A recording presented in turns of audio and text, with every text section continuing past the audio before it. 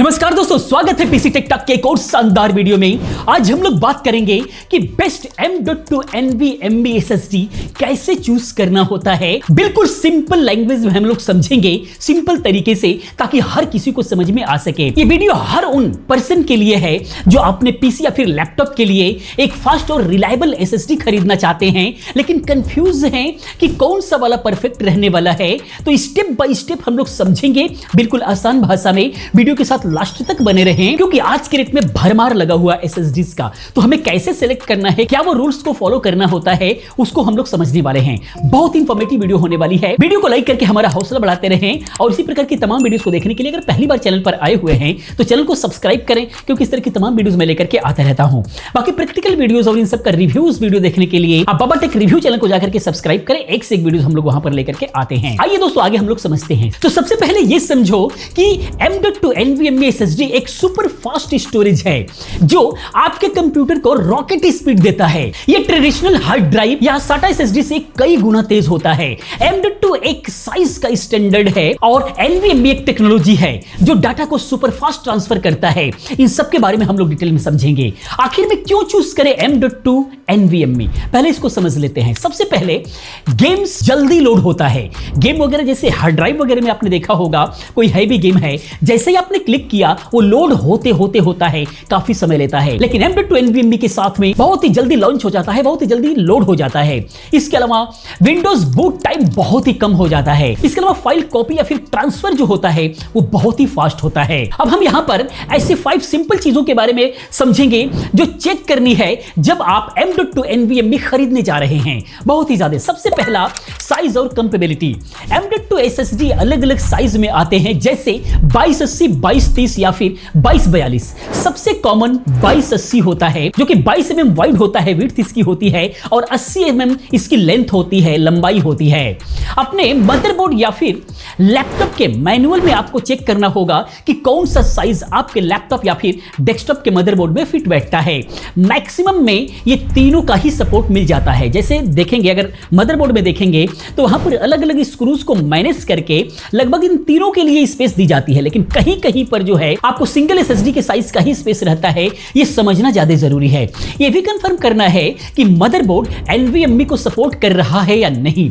बहुत सारे मदरबोर्ड में दिखता तो M.2 है, लेकिन वो SATA M.2 को सपोर्ट करते हैं। तो NVMe को सपोर्ट कर रहे हैं या नहीं, यह देखना बहुत ज्यादा जरूरी है। मोस्ट मॉडर्न मदरबोर्ड के अंदर मैक्सिमम में M.2 NVMe का सपोर्ट मिल ही रहा है।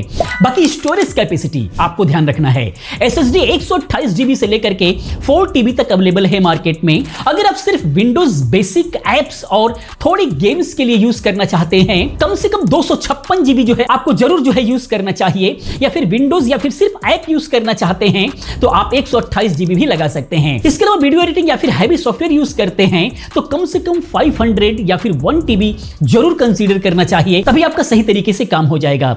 बाकी बजट अगर टाइट है तो 256 भी आपको काम आ जाएगा, बस थोड़ी सी दिक्कत हो सकती है। बेहतर वर्क के लिए 500 GB काफी बेहतर होगा। इसके अलावा चाहे 256 GB लगा करके इसके अंदर विंडोज और एप्लीकेशन सॉफ्टवेयर आप इंस्टॉल कीजिए, और साथ में ही जो है आप और जितने भी कोई डाटाज वगैरह रखना चाहते हैं तो उसके लिए SATA SSD या फिर हार्ड ड्राइव यूज कर सकते हैं। ये कॉम्बिनेशन काफी सस्ते में अच्छा बन जाता है। इसके अलावा स्पीड आपको ध्यान में रखना है, यानी कि SSD की जो रीड एंड राइट होता है उसको स्पीड जो है आपको ध्यान रखना है। जैसे NVMe की स्पीड MB/s के अंदर आती है, यानी कि मेगाबाइट्स/सेकंड के अंदर आती है। अच्छी SSD 3000 MB/s से लेकर के 7000 MB/s तक की आ रही है। वैसे अब तो बहुत ही ज्यादा ऊपर तक चली गई है, 12000 MB/s तक की SSDs आ रही हैं, लेकिन अभी वो बहुत महंगी है।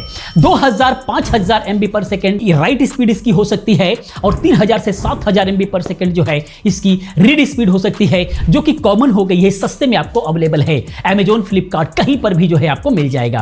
बाकी गेमिंग और नॉर्मल यूजेस के लिए 3500 MB/s की स्पीड वाली रीड राइट स्पीड वाली SSD आपके लिए काफी हो सकती है।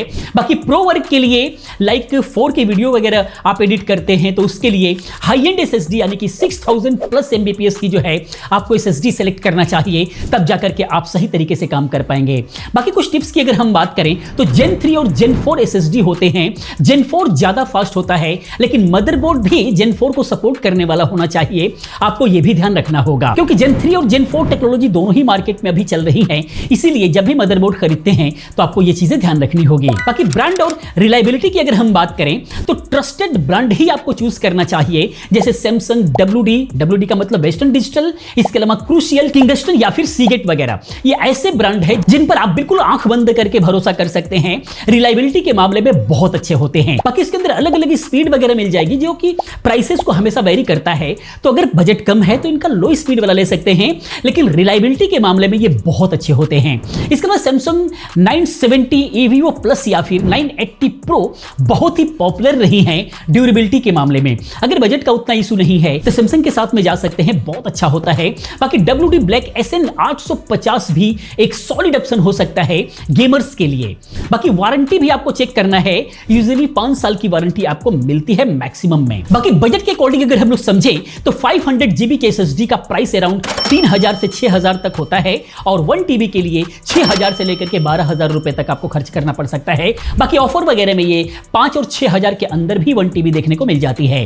बाकी हाई एंड Gen 4 की SSD जो होती है थोड़ी कॉस्टली होती है, बट अगर मदरबोर्ड सपोर्ट करता है तो बिल्कुल भी वर्थ करता है। बाकी कॉमन मिस्टेक की बात करें जो कि आपको अवॉइड करना है, तो ये ध्यान रखने वाली बात है, तो गलत साइज का SSD आपको कभी नहीं लेना है, वरना फिट नहीं होगा, आप परेशान हो जाएंगे, पैसा बर्बाद हो जाएगा। सस्ता SSD लेने के चक्कर में लो क्वालिटी ब्रांड आपको नहीं लेना है, वरना परफॉर्मेंस और ड्यूरेबिलिटी दोनों में ही बहुत बड़ा फर्क पड़ता है, बहुत बड़ा अंतर नजर आएगा। अपने मदरबोर्ड का NVMe स्लॉट आपको चेक करना बेहद जरूरी है, नहीं तो गलत हो सकता है। इसके अलावा हीट सिंक वाला SSD आपको लेना बेहतर होगा, या फिर बाद में भी आप हीट सिंक लगा सकते हैं, क्योंकि SSD जब हीट होती है तो उसकी लाइफ भी कम होती है और उसकी स्पीड पर भी फर्क पड़ता है। इसीलिए एक बेहतर हीट सिंक जरूर लगाएं, या फिर काफी सारी SSDs हीट सिंक के साथ में आती हैं, वो आपको कंसीडर करना चाहिए। बाकी प्रो टिप्स की बात करें जो कि बहुत ही ज्यादा ध्यान रखने वाली बात है, तो SSD के साथ एक छोटा सा स्क्रू ड्राइवर सेट रखना चाहिए आपको, जिससे कि आप आराम से बार बार जो है उसको निकाल करके आप चेंज भी कर सकते हैं, वैसे कॉमन सी बात है। बाकी बायोस में आपको चेक करना है कि SSD प्रॉपर डिटेक्ट हो रही है या नहीं, इंस्टॉलेशन के बाद में जरूर चेक करना है। बाकी सैमसंग मैजिशियन या फिर WD का डैशबोर्ड जैसे सॉफ्टवेयर आप जो है यूज कर सकते हैं SSD के हेल्थ को मॉनिटर करते रहने के लिए, ये आपके SSD का हेल्थ बताता है। इसके बाद आगे हम लोग बात करते हैं कुछ SSD एग्जांपल के तौर पर जो आप यूज कर सकते हैं, जैसे अगर बजट में रहना है अंडर 4000 के अंदर, तो क्रूशियल का P3 Gen 3 के अंदर और P3 Plus Gen 4 के अंदर जो है 500 GB आप यूज कर सकते हैं, या फिर किंगस्टन का NV2 500 GB यूज कर सकते हैं। बहुत ही अच्छी बजट में रहने वाली SSDs हैं, अच्छी ड्यूरेबिलिटी मिल जाती है। बाकी मिड रेंज की बात करें 6000 से 12000 तक के लिए, तो आप सैमसंग का 970 EVO प्लस आप ले सकते हैं 1 TB में, बहुत ही अच्छी क्वालिटी, बहुत अच्छी ड्यूरेबिलिटी है। इसके अलावा WD का SN 570 भी कम बजट के अंदर ले सकते हैं, Gen 4 की SSD है, बहुत अच्छी है, बहुत ही ज्यादा सेल होती है। बाकी हाई एंड की बात करें 10000 प्लस में, तो सैमसंग का 980 Pro 1 TB या फिर 2 TB का ले सकते हैं। WD का SN 850 1 TB में ले सकते हैं, ये थोड़ा महंगा पड़ेगा लेकिन बहुत अच्छा रहता है, इसकी ड्यूरेबिलिटी भी बहुत ज्यादा रहती है। तो दोस्तों ये था simple guide M.2 NVMe SSD choose करने का। बस इन 5 पॉइंट को आपको याद रखना है, यानी साइज, कैपेसिटी, स्पीड, ब्रांड और बजट, बस इतना आपको ध्यान रखना है, आप एक अच्छा खासा जो है SSD चूज कर लेंगे। अपने मदरबोर्ड के स्पीड को चेक करना जरूरी है, टेस्टेड ब्रांड से ही आप जो है खरीदो, और फेक प्रोडक्ट से आपको बचने की जरूरत है। अगर ये वीडियो आपको हेल्पफुल लगी है तो वीडियो को लाइक करें और चैनल को जरूर सब्सक्राइब करें, बेल आइकन को भी जरूर क्लिक करें, ताकि जब भी मैं वीडियो अपलोड करूं आपको मिलती रहे। मिलते हैं अगली वीडियो में किसी और अच्छी इंफॉर्मेटिव वीडियो के साथ में। पूरी वीडियो देखने के लिए, चैनल को सब्सक्राइब करने के लिए आप सभी का बहुत बहुत धन्यवाद।